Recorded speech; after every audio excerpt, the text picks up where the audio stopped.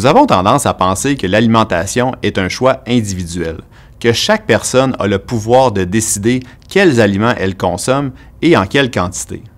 Or, les politiques publiques jouent un rôle important dans la manière dont les aliments sont produits, commercialisés, distribués et consommés. Ainsi, les politiques publiques en alimentation peuvent avoir un impact majeur sur notre santé et notre bien-être et sur celui de la population. Aujourd'hui, nous recevons une chercheuse qui s'intéresse aux questions liées à l'environnement alimentaire. Véronique Provencher est professeure titulaire à l'École de nutrition de l'Université Laval et chercheuse au Centre Nutrition, Santé et Société et à l'Institut sur la nutrition et les aliments fonctionnels. Elle est également la directrice scientifique de l'Observatoire de la qualité de l'offre alimentaire.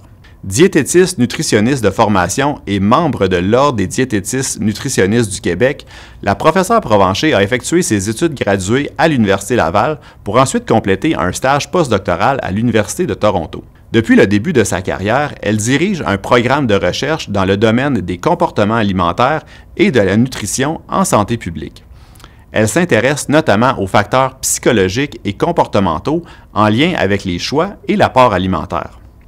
Les travaux de la professeure Provencher façonnent le développement de nouvelles pratiques en nutrition en santé publique en permettant la promotion d'habitudes alimentaires saines et durables auprès de la population.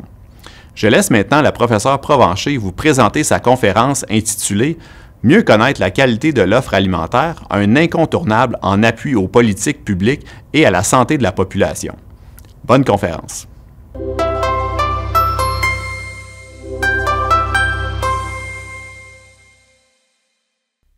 Merci beaucoup, Benoît et Marie-Claude, pour cette invitation. Merci aux organisateurs des webinaires. Donc, ça me fait vraiment plaisir d'être avec vous aujourd'hui pour justement discuter là, de la qualité de l'offre alimentaire puis comment ça peut justement être en appui aux politiques publiques et à la santé des populations. Je suis consciente que je suis dans un webinaire sur les voies métaboliques, donc ça peut être un petit peu plus loin des notions peut-être plus biochimiques ou cliniques qui ont fait l'objet de d'autres webinaires. Mais sachez que justement, en santé publique, on agit vraiment en amont de ces problèmes-là. Donc, l'idée ici, c'est de fournir, d'avoir un environnement le plus favorable possible pour que les gens puissent développer, maintenir de saines habitudes alimentaires. Donc, pour commencer, j'aimerais d'abord mettre la table en disant que choisir, c'est pas toujours si simple que ça. On peut prendre le temps tranquillement, comme la personne ici, de lire les étiquettes d'un aliment à l'épicerie quand on veut faire notre choix, mais on s'entend qu'on a beaucoup de décisions à prendre au fur et à mesure d'une journée, puis faire l'épicerie en lisant chaque étiquette, ça peut être très long. Donc, on peut ici se questionner sur le fait que nos décisions alimentaires sont peut-être pas toujours autant objectives qu'on le souhaiterait. Et un autre élément ici, vous le voyez autour là, de la personne, on voit plein de boîtes là, de céréales dans ce cas-ci, mais il y a aussi une diversité, on a un environnement, un contexte alimentaire aussi qui peut nous influencer beaucoup. Donc, c'est les deux éléments là, dont on va discuter ensemble aujourd'hui. D'abord, quand je disais qu'on peut se questionner sur le fait que nos décisions sont peut-être pas toujours autant objectives qu'on le souhaitait, c'est en fait qu'il peut avoir la présence de biais cognitifs. Qu'est-ce que ça veut dire, en fait, ici, quand on parle d'heuristique de jugement? C'est qu'on va se trouver à faire des raccourcis, prendre des raccourcis dans notre tête pour nous permettre de prendre une décision qui est beaucoup plus rapide. Si on se met à se questionner vraiment en long et en large, ben ça va prendre plus de temps, donc ça demande, ça exige beaucoup à notre cerveau. Donc, c'est beaucoup plus facile, puis l'humain aime la facilité de prendre certains raccourcis pour y aller de façon le plus simple.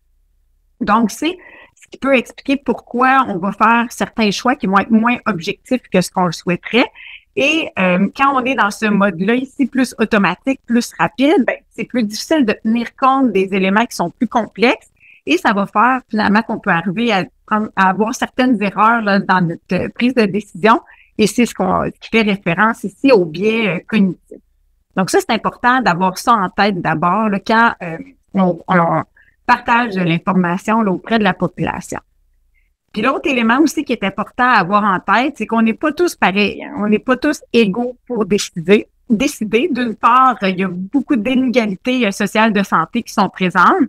parce qu'on vient tous d'environnements différents, on a tous des contextes de vie différents, ce qui fait qu'il y a différents déterminants sociaux de la santé qui vont nous influencer, comme par exemple notre revenu, le niveau d'éducation, notre milieu de vie.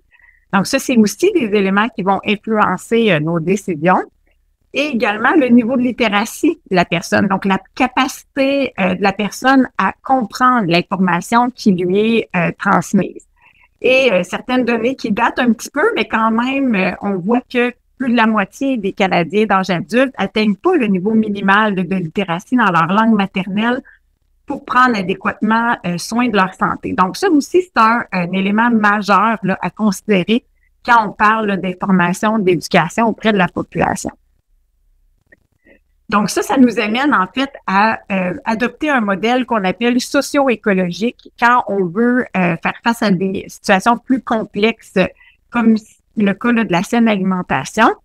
Donc, si je vous explique ici comment cette figure-là fonctionne, on a d'une part notre personne au centre, donc le niveau individuel. Donc, la personne existe avec différentes attentes, différentes motivations. Elle va avoir aussi ses propres aptitudes qui vont évidemment l'influencer. Mais la personne n'est pas dans une boîte de verre, elle est influencée par d'autres couches, dont la première qu'on appelle le niveau interpersonnel. Donc, ça ici, ça veut dire, par exemple, le soutien que je vais avoir de ma famille, de mes amis, le fait que je vais vouloir donner l'exemple, les normes sociales aussi qui m'entourent vont venir m'influencer comme personne. Ensuite, on a également le niveau organisationnel. Donc ça, c'est tout ce qui touche la disponibilité, l'accès aux aliments sains, les obstacles aussi qu'on peut voir, les opportunités aussi qui y sont présentes. Et la dernière couche ici, c'est les politiques et les systèmes. Donc, qu'est-ce qui existe comme politique publique? Je faisais référence d'ailleurs dans mon titre. Qu'est-ce qu'il y a aussi comme réglementation qui peut être favorable là, à la saine alimentation?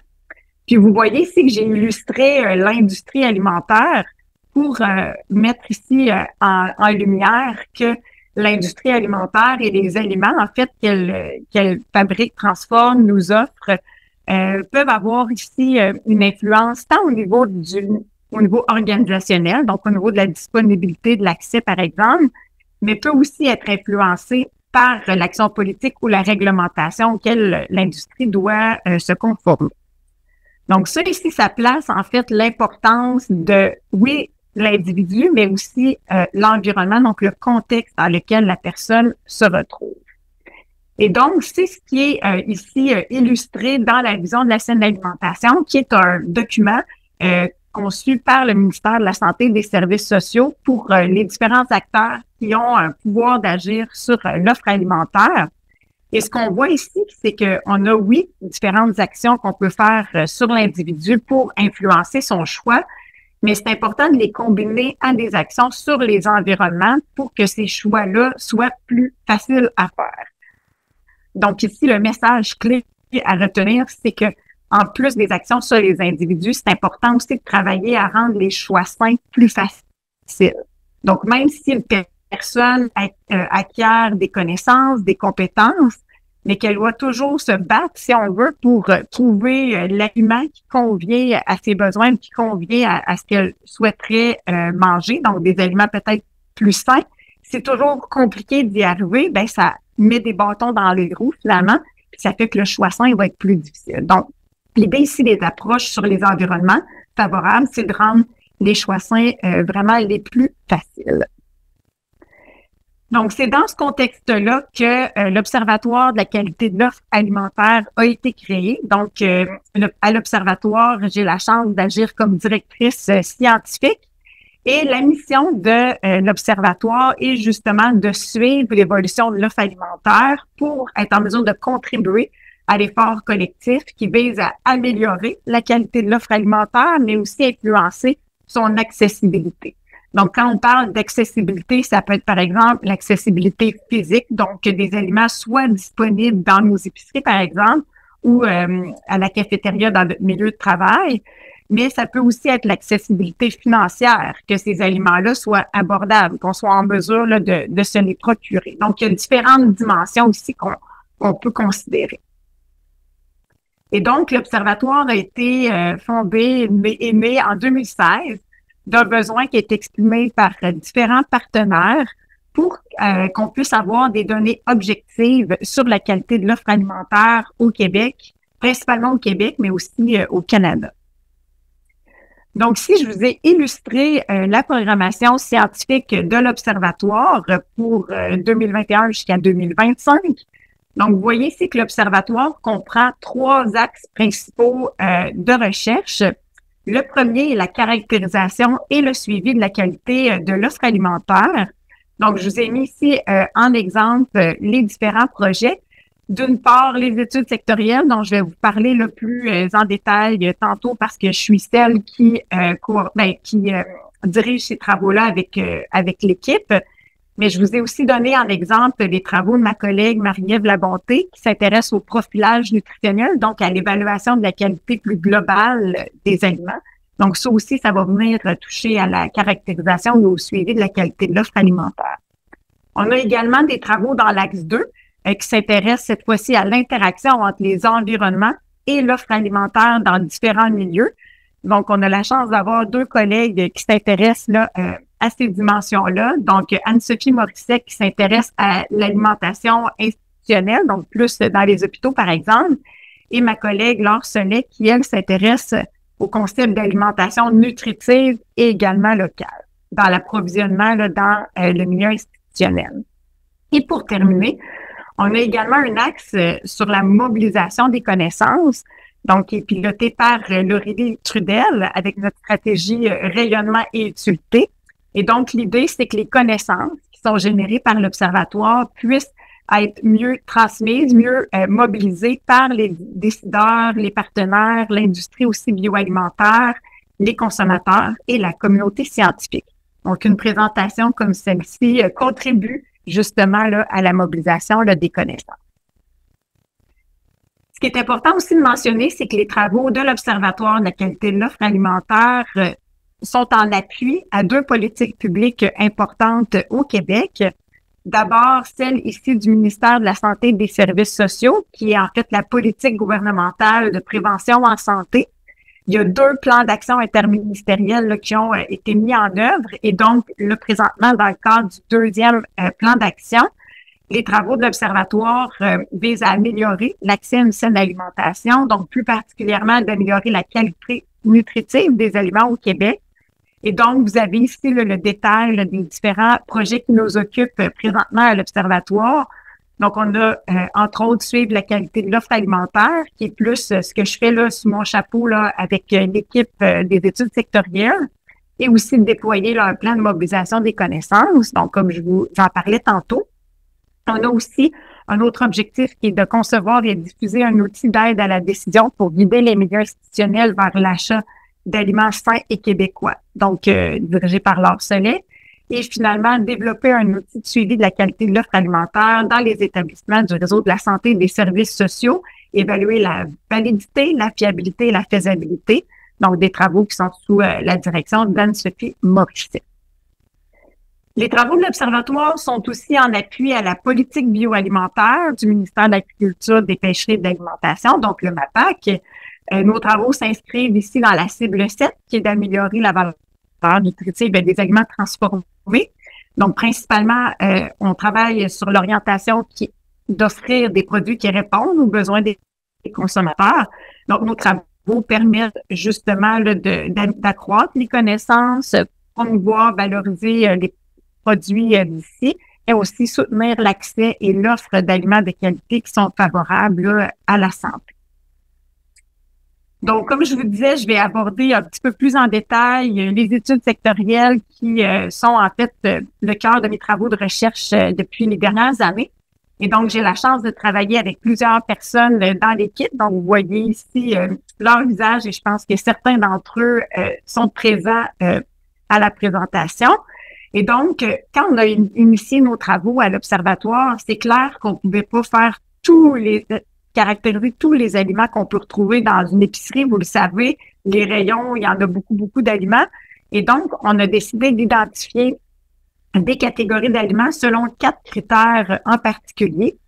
d'une part, que ces aliments-là soient populaires, donc qu'ils soient achetés par les familles au Québec. Donc, c'est ce que ça veut dire ici par pénétration dans les ménages. Donc, des aliments que les gens vont justement acheter et consommer. On voulait aussi s'assurer d'avoir des catégories d'aliments où il y avait une certaine variabilité de la composition nutritionnelle. Donc, il n'y avait pas que tous les aliments n'avaient pas nécessairement la même quantité, par exemple, de sucre. Il y avait une certaine variabilité. Et tout ça pour amener un certain potentiel d'amélioration, parce que c'est ce qu'on veut avec les travaux de l'Observatoire, soutenir cette amélioration-là de la qualité nutritionnelle de l'offre. Donc, ça aussi, c'était un point important. Et finalement, l'impact sur la santé. Donc, que les aliments qui sont caractérisés, que ce soit des aliments qui, justement, peuvent influencer souvent de façon négative notre santé, et donc d'être en mesure de les cibler pour voir qu'est-ce qui peut être fait pour améliorer la situation. Donc, on a un rapport que vous voyez ici qui vous présente en détail l'approche méthodologique que nous utilisons dans le cadre de nos études. Mais ici, brièvement, vous voyez qu'on débute toujours par une revue de la littérature sur la catégorie d'aliments donnés. On va faire une collecte, une saisie des données. On va identifier, classifier les produits, combiner le tout avec des bases de données nutritionnelles et d'achat et terminer avec l'analyse et l'interprétation des résultats. Donc, je vais aller ici un petit peu plus en profondeur sur ces différentes étapes. Donc, juste avant, peut-être vous présenter les 15 catégories d'aliments qui ont finalement ressorti comme étant importantes là, à caractériser et à suivre là, auprès là, dans le cadre des travaux de l'Observatoire. Donc, on a d'abord les céréales à déjeuner et les pains tranchés. On s'est aussi intéressé aux pizzas, soupes prêtes à servir, viande transformée tranchée. On s'intéresse également aux yogourts et desserts laitiers, les barres granola, les repas surgelés. On a ici les sauces pour pâtes, les saucisses, biscuits et galettes. On a également les grignotiles, les craquelins, les produits de fromage et finalement les boissons laitières et végétales. Donc, vous voyez qu'on couvre un grand éventail de produits. Pourquoi ici vous voyez des années? C'est qu'évidemment, on ne peut pas caractériser l'ensemble de ces produits-là dans une même année. Donc, on le répartit sur un continuum de temps pour être en mesure là, que ça soit plus réaliste là, comme travaux là, pour l'équipe. Et donc, si on regarde un petit peu plus au niveau des bases de données, avec quoi on travaille? Donc, d'abord, on a une base de données de composition nutritionnelle. Donc, comment cette base de données-là a été conçue? C'est par la collecte de données qui est effectuée en supermarché, magasins à grande surface, dans les épiceries spécialisées aussi de la région de Québec. Et donc, ce qu'on fait concrètement, c'est qu'on a une équipe d'auxiliaires de recherche qui vont à l'épicerie, qui achètent tous les aliments qu'ils voient pour une catégorie donnée. Donc, par exemple, si on fait la collecte de données sur les céréales à déjeuner, bien, ils vont acheter toutes les sortes de céréales qu'ils ou elles voient dans l'épicerie. Par la suite, ils vont aller fréquenter un autre épicerie, puis là, ils vont acheter les produits qu'ils n'ont pas vus au premier endroit. Donc, l'idée, c'est d'être capable de répertorier le plus possible les différentes sortes là, de produits qui sont disponibles pour une catégorie donnée. Ensuite, ce qu'on fait, c'est qu'on prend des photos. Donc, on prend des photos des 4 faces des produits et par la suite, on va colliger toute l'information qu'il y a sur les emballages alimentaires. Et au niveau nutritionnel, bien, on est capable à ce moment-là de prendre l'information qui est disponible sur le tableau de valeur nutritive, la liste des ingrédients également, des allégations, tout ça. Donc, on va vraiment colliger un grand ensemble d'informations. Et ce qui est intéressant aussi, dans le cadre des travaux de l'Observatoire, c'est qu'on combine tout ça à des données d'achat alimentaire. Donc, on va acheter des données de vente qui sont produites par la compagnie Nielsen IQ. Donc, comment eux constituent leur base de données, c'est qu'en fait, à chaque fois qu'on va à l'épicerie puis qu'on scanne un produit à la caisse, eux, ils compilent ces données-là de vente. Et donc, ça nous permet, nous, de quantifier, en fait, les achats pour notre catégorie d'aliments donnés. Donc, notre clé, c'est qu'on utilise le code unique de produit, donc le code barre qu'on retrouve sur les produits qu'on a colligé dans notre base de données de composition nutritionnelle, qu'on va venir apparier, donc joindre avec le même identifiant là, qu'on va retrouver aussi dans la base de données sur les ventes. Et donc, ça nous permet de combiner des données nutritionnelles avec des données d'achat. Donc, dans la base de données de composition nutritionnelle, on est capable de voir l'ensemble de l'offre et on est capable aussi de pondérer en fonction des achats là, de la population là, au Québec.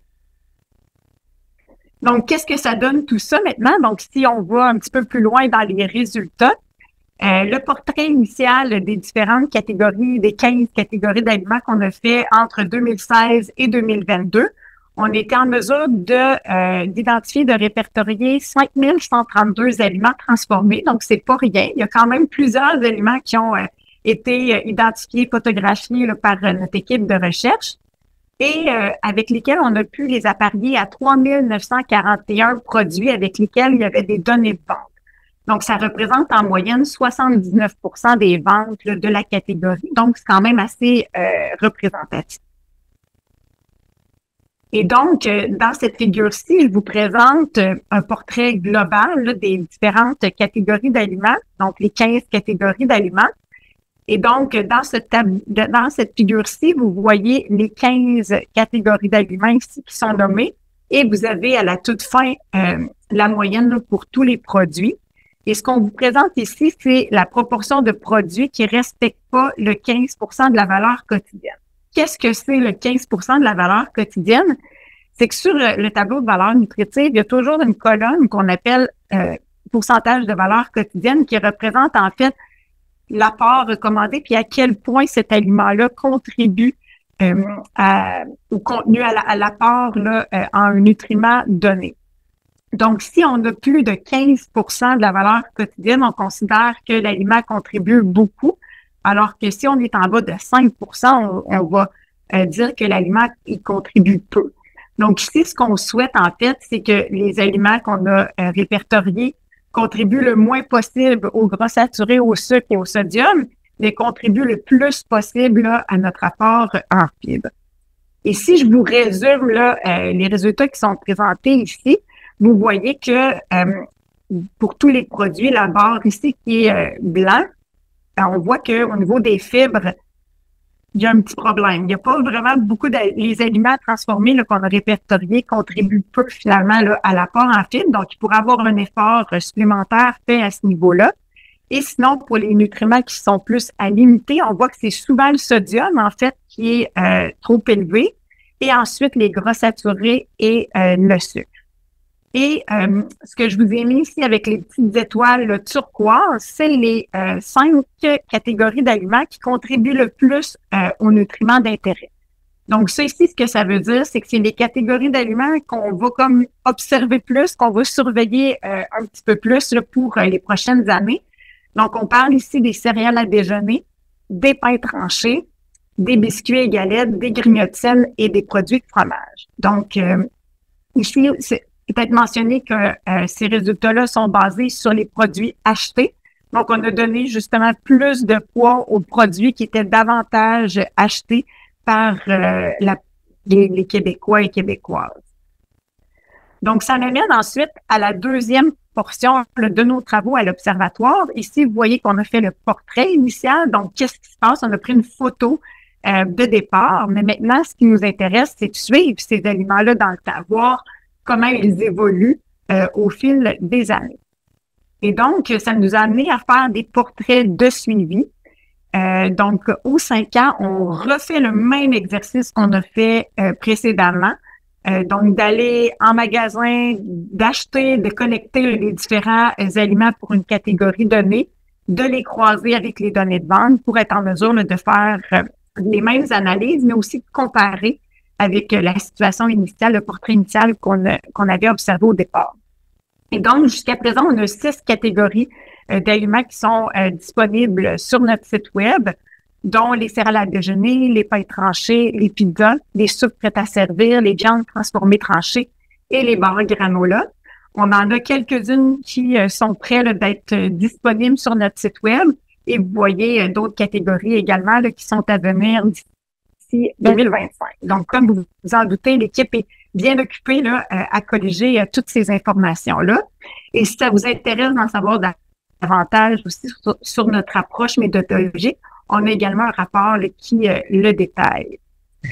Donc, pour la présentation d'aujourd'hui, j'ai décidé de mettre l'accent sur les pains tranchés, qui est une catégorie d'aliments qui a attiré notre attention plus particulièrement pour la quantité de sodium et de fibres.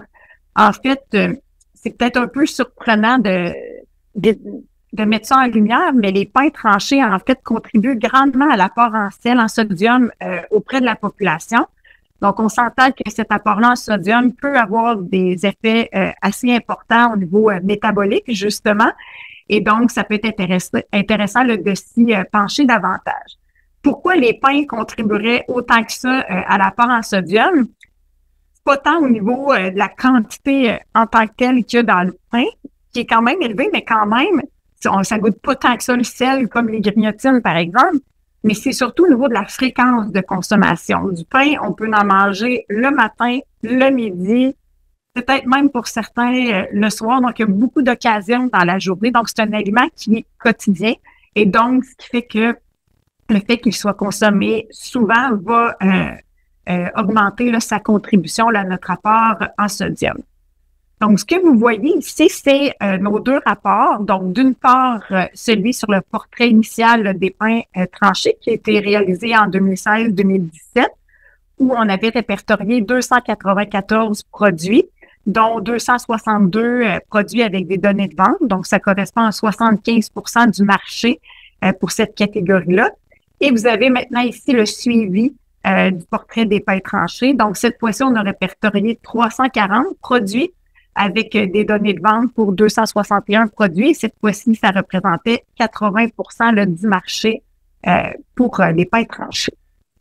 Et donc, si je vous présente là, sommairement là, nos constats principaux, d'une part, c'est qu'on voit qu'au niveau de la diversité, donc dans l'offre de produits qu'on voit, donc les pains qui sont offerts là, en épicerie, on voit qu'il y a beaucoup de pains multigrains, donc des pains où on va avoir plusieurs sortes de grains à l'intérieur, et qu'on va appeler partagé. Donc, ce qui veut dire qu'il y a autant de la farine de blé enrichi que de la farine de grains entiers. Donc, c'est ce mélange-là, en fait, qui fait qu'on appelle ça des pains de grains partagés. Donc, ça constitue 42% de l'offre, mais il y a quand même une certaine baisse de diversité et de vente pour ces produits-là. Par ailleurs, c'est quand même des grands vendeurs, mais ça reste les pains 100% grains raffinés, donc les fameux pains blancs qui sont les meilleurs vendeurs là, auprès là, de la population québécoise. Si on regarde la liste des ingrédients, puis qu'on s'intéresse à la farine principale, donc la première farine qui est identifiée dans la liste des ingrédients, on voit que les pains à base de farine de blé enrichi sont toujours ceux qui amènent une plus grande diversité puis il y a le plus grand volume de vente. Donc, on parle ici de 72%, donc c'est pas rien. Si on s'intéresse maintenant au statut, c'est quoi le statut? C'est que dans nos suivis, on a identifié les produits qui étaient identiques à notre première collecte de données. On a aussi identifié les produits qui avaient été complètement retirés du marché.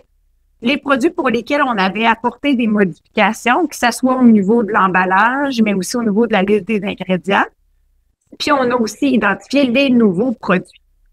Et ce qui nous surprend toujours à chacun là, de nos suivis de l'offre, on voit qu'il reste au final très peu de produits identiques sur une période de 5 ans. Donc, dans ce cas-ci, on parle là, de seulement 37 produits qui étaient identiques. Et on voit en fait que la majorité des produits sont soit nouveaux, donc ici, on a 60% là, des produits, ou ils vont être modifiés, donc 29% là, des produits. Donc, ça veut dire qu'il y a quand même beaucoup de roulements, beaucoup de changements dans l'offre alimentaire là, en épicerie. Et on voit aussi que les nouveaux pains sont souvent plus des pains multigrains, grains partagés. Donc, c'est des pains aussi où on va avoir là, beaucoup de nouveautés. Ce qui fait ici intéressant, peut-être à mentionner, c'est que tout comme en 2017, les pains qui sont faits de farine de blé enrichi, donc ceux pour le premier ingrédient, c'est la farine de blé enrichi, ça va être des pains qui sont plus faibles en fibres, plus faibles en protéines, mais aussi plus riches en sucre et en sodium. Donc ça peut être un indicateur quand on regarde la liste des ingrédients. Si la première farine est enrichie, ben il y a des chances que le pain soit moins nutritif. Puis autre fait intéressant, c'est qu'on a observé que l'offre de nouveaux pains, donc ce groupe-ci là en turquoise, était plus riche en sodium, alors que les pains qui sont modifiés, donc le groupe ici qu'on voit en vert, ont une teneur plus faible en sodium. Donc, on voit que l'offre aussi va différer selon si c'est des produits qui sont déjà existants versus des nouveaux produits.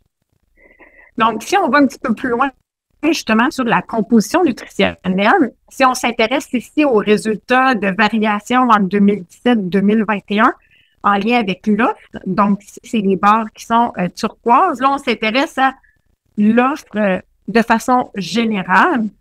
On voit qu'il n'y a quand même pas eu beaucoup de variations là, au niveau dans la période de 5 ans. Donc, ici, les barres, c'est pas significativement différent entre 2017 et 2021. Par contre, quand on s'intéresse aux achats, donc ça veut dire qu'on donne plus de poids aux aliments qui sont davantage achetés par la population, on voit cette fois-ci une différence significative au niveau des gras saturés et du sodium. Donc, qu'est-ce que ça veut dire ici? C'est que les pains blancs, puisque ce sont eux qui ont connu une réduction de leur teneur en sodium plus importante, vu qu'ils sont les pains les plus achetés, bien, ça explique probablement pourquoi on voit ici une diminution là, du contenu en sodium. Alors que pour les gras saturés, ça pourrait s'expliquer par le fait que les pains multigrains et grains partagés, c'est eux souvent qui vont avoir eu une diminution de leur teneur en gras saturés. Et donc, vu que c'est également des grands vendeurs, donc des pains qui sont beaucoup achetés par la population, ça peut expliquer là, les différences qu'on voit juste ici. Autre élément très important dans le cadre de nos travaux, c'est d'évaluer la présence du symbole nutritionnel sur le devant des emballages qui est maintenant exigé par Santé Canada. Donc, vous avez ici l'illustration. Peut-être que certains d'entre vous l'ont déjà vu apparaître sur l'emballage des aliments que vous achetez à l'épicerie.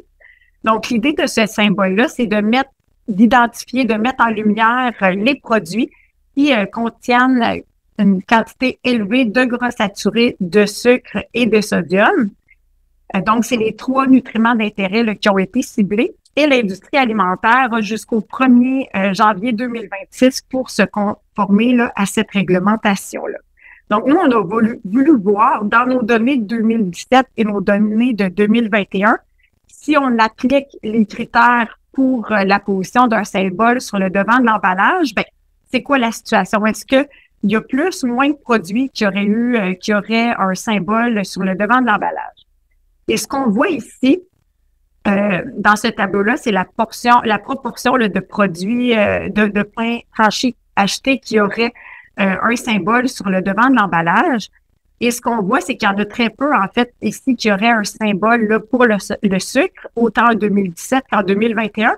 Mais on voit des différences ici importantes au niveau du sodium. En fait, on voit qu'en 2017, il y a quand même une proportion importante des produits qui auraient eu un symbole sur le devant de l'emballage qui indique que la teneur est élevée en sodium, alors qu'en 2021, il y a eu une réduction quand même là, importante là, de produits qui auraient là, ce symbole-là. Donc, ça veut dire qu'il y a eu des changements dans l'offre dans ce cas-ci là, qui sont positifs. Dernier point, là, avant de terminer, je voulais aussi revenir sur des travaux là, d'une de mes étudiantes à la maîtrise qui s'est intéressée en fait aux aliments qui ciblent davantage les enfants parce que vous le savez, hein, sur les emballages, parfois il y a des personnages, des lettrages colorés, tout ça. Et donc, on se questionnait à savoir si ces produits-là étaient plus nutritifs, moins nutritifs que les produits qui visent la population de façon générale. Et ici, je porte votre attention sur les 3 catégories là, qui ont été à l'étude. Donc, les céréales à déjeuner, les barres granola, les yogourts et desserts laitiers. Et ce qui est intéressant de voir, c'est que les aliments qui ciblent davantage les enfants avaient un contenu en sucre et en sucre libre ici significativement plus élevé que ceux qui visaient l'ensemble de la population, alors que ce n'était pas le cas pour les barres granola et les yogourts, même que pour les barres granola, la quantité de sucre libre était même plus faible que pour les produits qui visent la population de façon générale. Donc, ici, ce que ça veut dire, c'est qu'il ne faut pas dire que tous les aliments qui ciblent les enfants sont nécessairement plus sucrés. On voit qu'il y a des variations selon les catégories. Ça peut aussi donner des cibles, en fait, pour la réduction là, de certains nutriments d'intérêt là, quand on veut améliorer l'offre alimentaire. Donc, en conclusion, vous voyez que les aliments transformés sont pas tous identiques d'un point de vue nutritionnel. Il y a beaucoup de variations par rapport à la valeur nutritive pour une même catégorie de produits. Puis oui, il y a certains aliments qui apportent un excès de sodium, de sucre, de gras saturés, ça c'est clair, mais on voit que c'est pas nécessairement tous les aliments transformés qui sont moins nutritifs. Et donc, ça nous amène à la stratégie qui est la reformulation. Et donc, la reformulation des produits pourrait permettre d'améliorer la qualité nutritionnelle de l'offre alimentaire et faire en sorte que quand on est à l'épicerie, le choix sain est le plus facile. Donc, je reviens là à ce qu'on a discuté ensemble là, au départ. Donc, en guise de perspective future, il y a d'autres indicateurs qui nous intéressent à l'Observatoire, entre autres le choix des ingrédients, le prix, la disponibilité, l'impact environnemental. Donc, c'est des indicateurs qu'on souhaiterait étudier davantage dans les prochaines années. Puis aussi, l'autre élément qui est important, c'est de revenir en fait sur l'importance des interventions au niveau des environnements. Donc, comme je le disais tantôt, une meilleure qualité de l'offre, qu'est-ce que ça veut dire? Ben, ça rend le choix sain plus facile. Puis aussi, il faut travailler autant sur la disponibilité que sur l'accès. Et quand on cherche à travailler auprès des individus, bien là, ça serait peut-être de voir quels sont les outils, les moyens qu'on peut mettre en place pour réduire les biais cognitifs dont je vous ai parlé au départ, pour que notre environnement alimentaire soit un petit peu moins compliqué à naviguer, que ça puisse nous aider là, à faire des choix alimentaires plus éclairés. Donc voilà, c'est ce qui conclut ma présentation. Donc, je tiens à remercier l'équipe de l'Observatoire et aussi là, le gouvernement du Québec là, pour le financement là, des travaux de l'Observatoire.